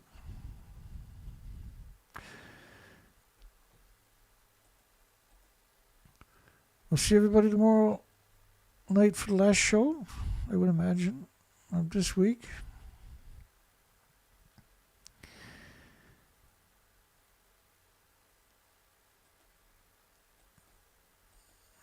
Have a great night, everybody. Hugs for everybody. Have a great day tomorrow. We'll see everybody tomorrow night. Take care, folks.